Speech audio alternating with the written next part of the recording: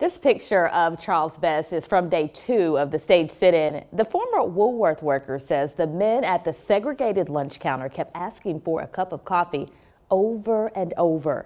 It was that moment that sparked a change across our country. A moment in history Bess says gave him so much hope. I would go along, see the dirt needs to be down here, and I put it all in here.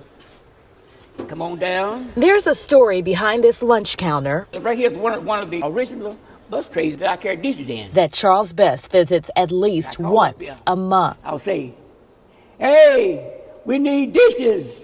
We need plates. At the International Civil Rights Center in downtown Greensboro. The Greensboro 4 sit right in this section here.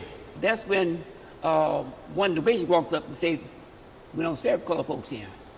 But they kept on sitting. If you look closely at this photo, that's often seen around the world of 4 men, including 2 of the original North Carolina A&T Greensboro 4, who refused to give up their seats at an all-white lunch counter February 1st, 1960.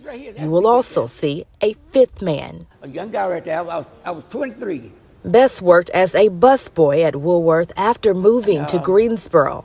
Dinner plates was right along in this section right here. What Bess remembers most is how 4 men refusing to give up their seats at a lunch counter made it easier for Bess to be served shortly after. One day, Miss Hope came to me and she said, Charles, we are going to start serving the colored here. Because if we serve the color here, we want our employees to be the first one to be served. Bess says his proudest moment is that even at 84 years old, he can still be served at a lunch counter because of 4 brave men who broke racial barriers. Before you to go. Right here. To come in here today, it means that the blacks have moved up. The blacks and the whites can all be together and eat together like sisters and brothers. And the former Woolworth employee's advice to the younger generation: whatever you think is right, go for it.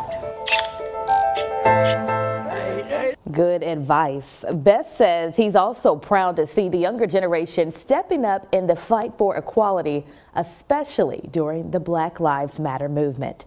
In the studio, Siobhan Riley, Spectrum News 1.